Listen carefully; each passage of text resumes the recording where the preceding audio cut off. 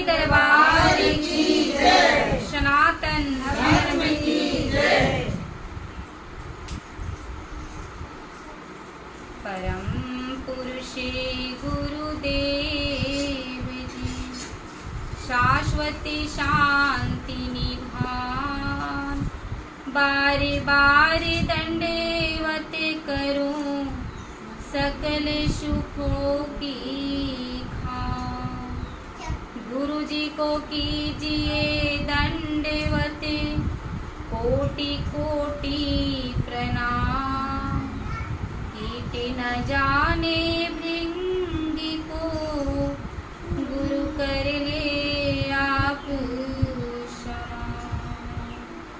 गुरु की महिमा है अनंत, अनंत किया उपकार। लोचने अनंत उघारिया, अनंत दिखावने। निज मति तो कछु है नहीं, आपकी कृपा आधार। आपकी वाणी का प्रभु मैं कछुक करहूँ विस्तार। प्रेम से बोले श्री सद्गुरुदेव भगवान श्री सच्चिदानंद भगवान। बोल साचे दरबार की जय, सनातन धर्म की जय। गुरु वचनों को रखना संभाल के, एक एक वचनों में गहरा राज है। जिसने जानी है महिमा गुरु की, उसका डूबा कभी ना जहाज है। भजन ध्यान से सुनेंगे। जो भी हम लोग भजन गाते हैं उसको समझते नहीं है कि क्या गा रहे हैं। केवल हम लोग यही सोचते हैं कि इस भजन को क्या करना है, गाना है। हम लोग कहते हैं ना कि भजन करो, भजन गाओ, तो हम लोग क्या सोचते हैं कि खाली भजन को गाना है। उस भजन में बहुत गहरा राज छिपा होता है, लेकिन उसको समझ पाते नहीं कि गुरु वचनों को रखना संभाल के, एक एक वचनों में गहरा राज है। और जिसने जानी है महिमा गुरु की, उसका डूबा कभी ना जहाज नहीं। जो सदगुरु के वचनों की महिमा को जान जाएगा, उसका जहाज, उसकी जीवन की नैया कभी डूबती नहीं है। जैसे देखिए, अनेकों गुरु भक्त हुए, एक से एक ऐसा गुरु भक्त हुए जिसका इतिहास अगर आप उठा करके देखेंगे तो पता चलेगा जितना नाम गुरु भक्तों का है उतना शायद परमात्मा के भी भक्त का नाम नहीं है। सिखों के गुरु, प्रथम गुरु हुए गुरु नानक देव जी। उनका नाम सुना है कि नहीं आप लोग? गुरु नानक देव का नाम नहीं सुने हैं? सिखों के 10 गुरु हुए। कितने गुरु? 10 गुरु।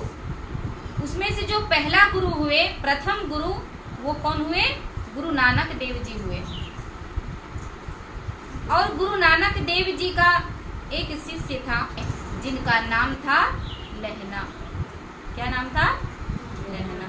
गुरु के के वचनों पर चलने वाले, गुरु के मार्ग पर चलने वाले ऐसे भक्त थे। एक बार गुरु महाराज जी ने अपने शिष्यों से कहा, खेतों में बाढ़ आ गया है, पानी जैसे बहुत भर जाता है ना, बहुत अधिक, एक समय बहुत अधिक मूसलाधार वर्षा हुई जिसके कारण खेतों में पानी भर गया था। इतना पानी का बहाव तेज हो गया था कि सारा मिट्टी जो है कट कट के बह रहा था। तो उसी समय गुरु महाराज जी ने अपने शिष्यों को कहा, क्या कहा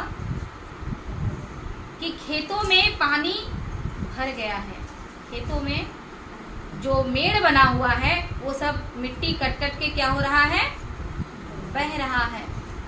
एक काम करो, जाओ खेत में और अपने खेत में मेड़ बांध आओ। रात का समय था, बहुत तेज बारिश हो रही थी और उस समय गुरु महाराज ने आदेश किया। किनको आदेश किया? सभी शिष्यों को किया, सभी लोगों से कहा। लेकिन सब लोग ये सोचने लगे कि इतने रात को कौन जाएगा वहां।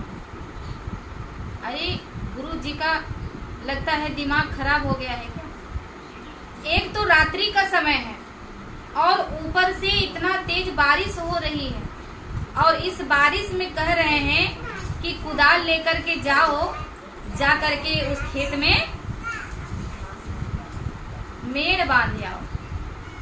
सब एक दूसरे का मुंह ताकते हैं, कोई उसका देख रहे हैं, कोई उसका देख रहे हैं, सब एक दूसरे का मुंह देख रहे हैं। कोई जाने के लिए तैयार नहीं हुआ। एक उनका ऐसा भक्त जिसका नाम था लहना, लहना ने तुरंत कुदाल उठाए, क्या कहते हैं इसको, फावड़ा, आप लोग क्या कहते हैं, फावड़ा, हाँ उधर कुदाल बोलते हैं लोग। उसी कुदाल को उठाए और उठा करके चल दिए खेत की ओर। न दिन देखा, न रात देखा, न बारिश देखा। कहने का तात्पर्य है कि जब गुरु आदेश कर दे तो शिष्य को अंधा हो जाना चाहिए। कैसा हो जाना चाहिए? अंधा हो जाना चाहिए।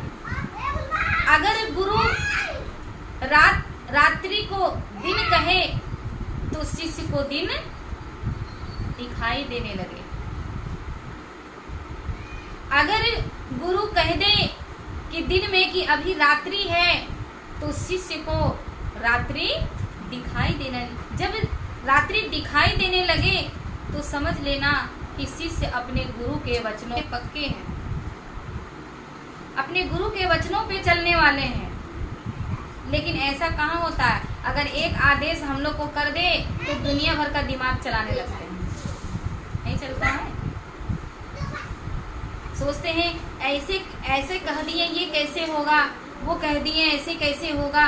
अरे रात का समय है, अगर हम लोग को रात में कहीं कर, दिन में तो जाते नहीं है, और रात के समय वो भी खेत में जाना है मेड़ बांधने के लिए। सोचो हम लोग होते तो नहीं जाते, जैसे और लोग नहीं गए, लेकिन एक भक्त हुआ लहना जो कुदाल उठाते हैं और रात्रि में चल देते हैं। जब चल जाते हैं मेड़ बांधने के लिए, पानी का बहाव इतना तेज है कि मिट्टी को काटे जा रहा। वहां पर जब फावड़ा से मिट्टी को डालते हैं ना तो मिट्टी बह जाती, इतना बहाव तेज था, मिट्टियां बह जा रही थी, मेड़ नहीं बंध रहा था। तब लहना क्या किया, उस मेड़ के जगह सो गया, अपने सो गया, सो करके मेड़ को बांध दिया और पूरी रात वैसे सो करके मेड़ को बांधे रहा, खेत का पानी रोके रहा। मेड़ बांधने के लिए भेजे थे, लेकिन इतना देर हो गया, सुबह हो गया, तब अभी तक नहीं आए वो। जब सुबह हो गई तो गुरु महाराज जी पूछते हैं सबसे कि तुम सब लोग यहीं हो, लहना अभी तक आया नहीं, क्या बात है? मैंने सबसे कहा था लेकिन कोई नहीं गया, लेकिन लहना कहीं दिखाई नहीं दे रहा है। पूछते हैं गुरु महाराज जी की लहना कहाँ है, दिखाई नहीं दे रहा। कह रहे गुरु महाराज जी आपने ही तो कहा था कि खेत में पानी भर गया है तो उसमें मेड़ बांध आओ। तब जाकर के गुरुदेव सोचते हैं कि काफी देर हो गया, इतनी देर से लहना अभी तक वापस नहीं आए। तो सारे शिष्यों को लेकर के जाते हैं गुरु महाराज जी। कहाँ? खेत में। जब जा करके गुरु महाराज जी देखते हैं तो क्या देखते हैं कि अरे ये तो खुद लेटा हुआ है और शरीर उनका अकड़ चुका है। रात भर पानी में लेटा रहा, शरीर क्या हुआ? अकड़ गया। लहना को उठाते हैं कि लहना उठो, तुम्हें तो मैंने मेड़ बांधने के लिए कहा था, तुम यहाँ पर सो गए।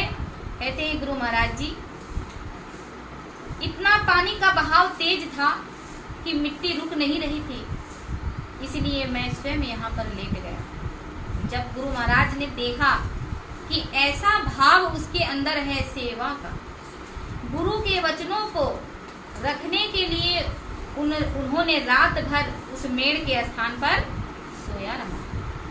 गुरु महाराज जी प्रसन्न होते हैं उनको देख करके। भाई ऐसी सेवा कोई भी करे तो प्रसन्न हो जाएंगे, नहीं होंगे? हैं कि अपने जगह पर एक हम लोग होते तो जाते ही नहीं, और वहां सोए कौन रहता रात भर। लेकिन लहना जो था मेड़ पर रात भर सोए रहे वहीं बांध करके। क्यों? क्योंकि उसके दिल में इतना श्रद्धा था, प्रेम था गुरु महाराज के खेत के प्रति कि ये जो खेत है किसका है? मेरे गुरु महाराज जी का है। और मेरे गुरु महाराज जी ने कहा है इसमें मेड़ बांधने के लिए, इसलिए लगन से लहना उसमें लगे गया। गुरु महाराज जी बहुत खुश होते हैं और हृदय से लगाते हैं उनको।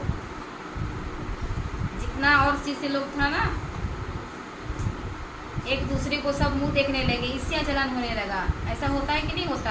अगर किसी को कोई ज्यादा माने तो दो चार को देखने वालों को लगता नहीं है कि उनको क्या कर रहे हैं, ज्यादा प्रेम कर रहे हैं। लेकिन ये नहीं देखते कि वो कैसा काम किया। सबको तो वही बात बोले। गुरु महाराज ने सब पर एक तरह की दृष्टि डाली, सब पर एक समान कृपा बरसाए, लेकिन गया कौन? सिर्फ लहना गए। देखिए आदेश तो सबके लिए हुआ था ना, सबको कहे थे कि जाओ खेत में मेड़ बांध आओ, लेकिन कोई नहीं गया। कोई सोचने लगा रात है कैसे जाऊं, कोई सोच रहा बारिश हो रहा कैसे जाऊं, लेकिन लहना ने ये सब नहीं देखा। केवल और केवल गुरु महाराज के आदेश को अपने सिर पर धारण करके और चल पड़े। हम लोग कहते हैं ना मंत्र मूलम गुरुरे वाक्यम। गुरु का वाक्य ही एक शिष्य के लिए सच्चा मंत्र होता है। अगर जो गुरु के वचनों पर चलता है तो समझ लीजिए कि उसका जीवन की नैया पार हो जाती है, उसके जीवन का जहाज कभी नहीं डूबता। जिसने जानी है महिमा गुरु की, उस पार कभी ना जहाज है। जिसने जानी है महिमा गुरु की, उस पार कभी ना जहाज